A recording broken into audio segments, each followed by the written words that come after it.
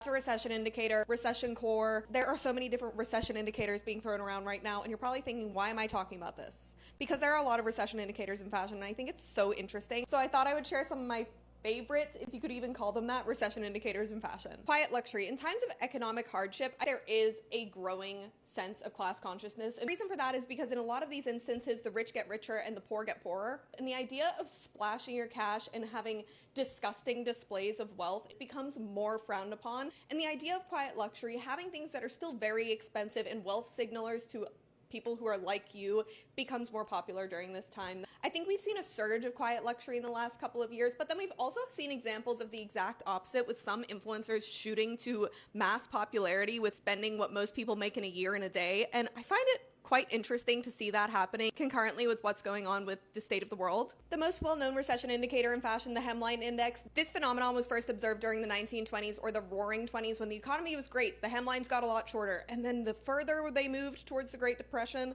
the longer the skirts got. This is definitely a very highly debated recession indicator for real, because a lot of people don't think that it is, but it's kind of happening again. So what do you guys think? Wearing business casual to the club. Following the 2008 GFC, I feel like wearing a blazer to the club, wearing, I guess, the little bun net foam thing to the club, essentially wearing what you could kind of wear to the office in a little bit more of a revealing way to the club. 2025 version of that is the office siren. That is the Gen Z iteration of that exact trend, and I've gone on about office siren ad nauseum, so I don't want to bore you with it too much more. One really like the office siren aesthetic. I know it gets hated on, but I still really like it.